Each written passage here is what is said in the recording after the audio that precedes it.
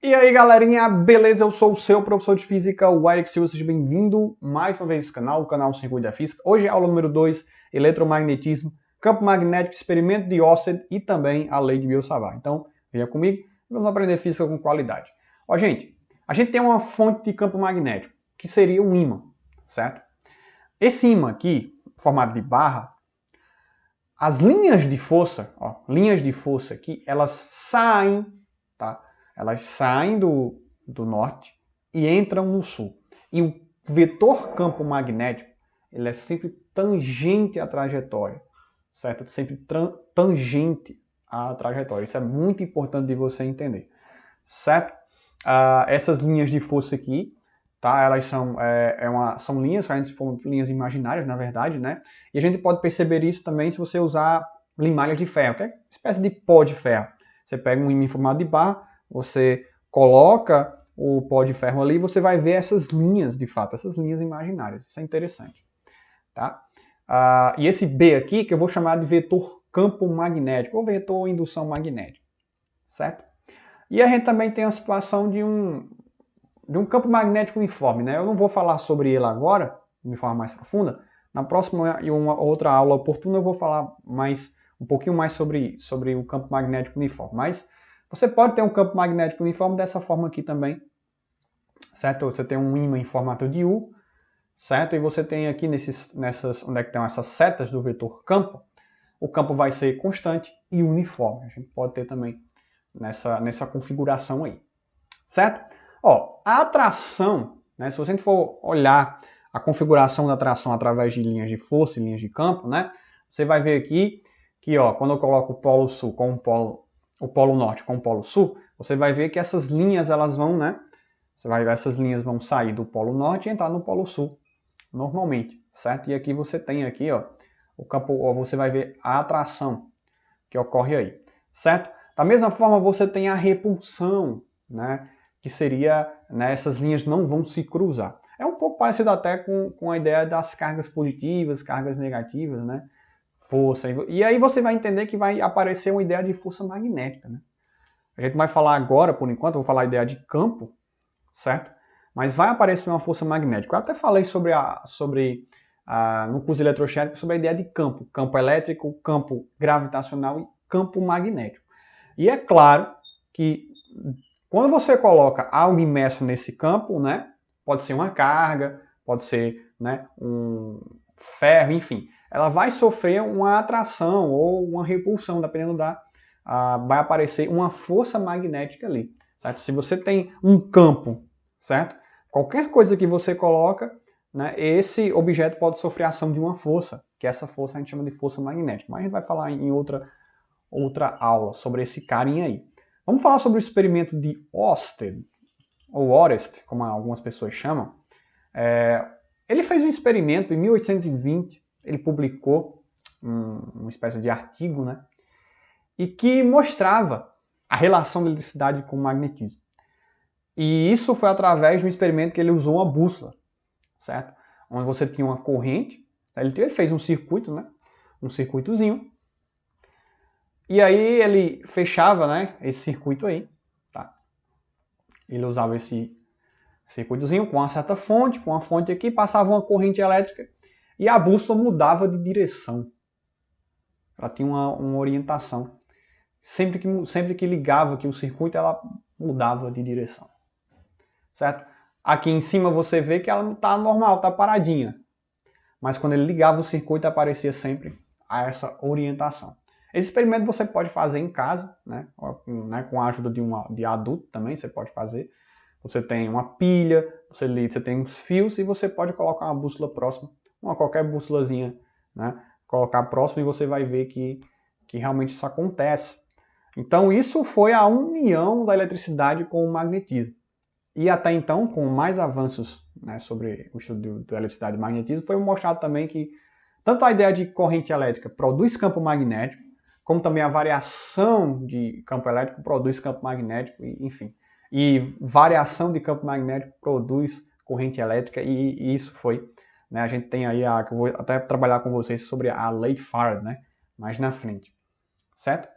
E muito legal, né, esse experimento, você pode fazer, né, em casa, enfim, tá? E que foi mostrado que essa união da eletricidade com o magnetismo, que uma corrente elétrica produz um campo magnético ao seu redor. E foi isso a conclusão, né? Uma corrente elétrica cria ao seu redor um campo magnético. Agora vamos falar da forma mais quantitativa, certo? Sobre o campo magnético, né? Como se calculou o campo magnético. E aí foi através desses caras, Biot e Savart, né? Esses caras aí que mostraram, certo? Como se calcular um campo magnético através de uma corrente elétrica. Uma corrente elétrica constante que passa por um fio condutor.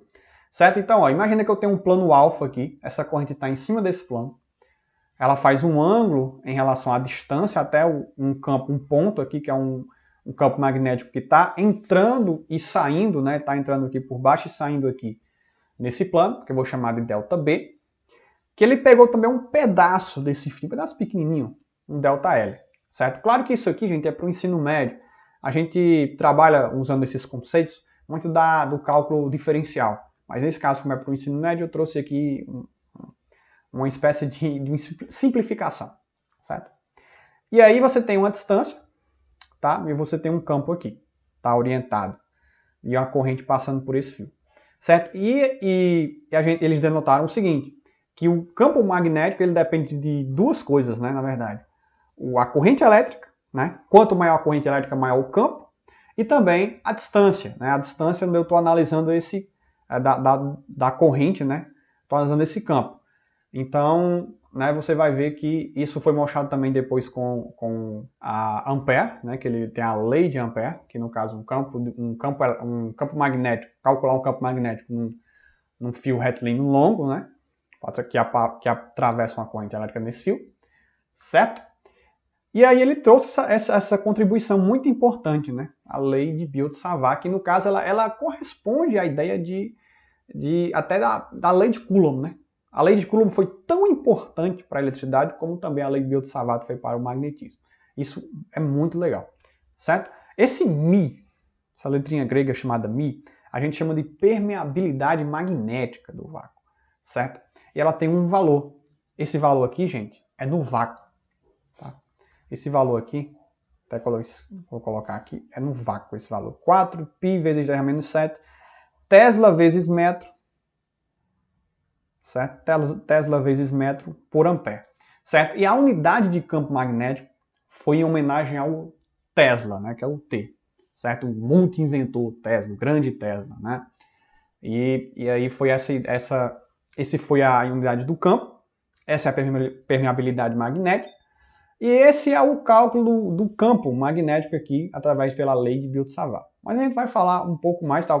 Parece uma geringonça bem difícil, né? Mas a gente vai ter outras formas de calcular campo através da lei de Ampère, enfim. A gente vai ter o campo magnético criado por uma corrente, a gente vai ter por uma espira circular, por um solenoide, enfim. A gente vai ter vários formatos, várias configurações para calcular o campo magnético. Dependendo da geometria, né? No caso do fio condutor que passa a corrente elétrica. Certo? Então, ó, veja, o vetor indução magnética, ou vetor campo magnético, que representa em cada ponto do campo magnético, é perpendicular ao plano alfa, né? O planozinho alfa ali, formado por ΔL e D. ΔL é o comprimentozinho pequeno, né? Seu sentido e direção são dados pela regra da mão direita. Eu não vou falar muito sobre a regra da mão direita, mas vamos lá. Na próxima aula eu vou trazer com mais detalhes, mostrar alguns desenhos. Mas é o seguinte, você faz o seguinte, né? Você pega a sua mão direita, né? Eu vou mostrar aqui para vocês, tá? Na próxima aula, como é que se calcula essa ideia aliás, como a gente mostra a direção e o sentido do campo, certo? É só você alinhar o polegar no sentido da corrente e os dedos, esses outros dedos, vão dar o sentido do campo, né? Do campo, sentido e direção do campo magnético, certo? Então eu vou trazer isso com mais detalhes, isso daqui. Certo? Você está vendo aqui, né? O polegar no sentido da corrente, né? E os dedos, outros 4 dedos, vão dar o sentido do campo. Certo? E aí, em cada ponto do campo magnético, o vetor de indução magnética tangencia a linha de força, certo? E adota o mesmo sentido. Então, sempre aquela ideia de tangenciar. Na próxima aula, eu vou falar sobre a lei de Ampère, onde ele mostra, né, o campo magnético em um fio retilíneo longo, e que você vai ver que o campo magnético são com círculos concêntricos, né? E que vai ser dado pela regra da mão direita também, certo? E aí você vai ver que como é simples, né, calcular o campo magnético, certo? A gente vai falar sobre campo magnético no fio retilíneo longo, no espira circular e no solenoide. E são esses três que a gente, né, conhece, né, as mais famosas. Também tem um campo magnético do toroide, só que praticamente, né, a gente só vê isso no ensino superior, em física. Ok? Então, é isso, gente. É só isso, tá? É só, por enquanto, é isso. Próxima aula a gente vai falar sobre a lei de Ampère, certo? Claro que para o ensino médio, né, a gente vai trazer, porque tem alguns conceitos aqui que são para o ensino superior, como a lei de Biot-Savart, né, mas eu trouxe aqui para simplificar para vocês e a gente conseguir alavancar nesse estudo dos campos magnéticos, ok? Então, muito obrigado e até a próxima.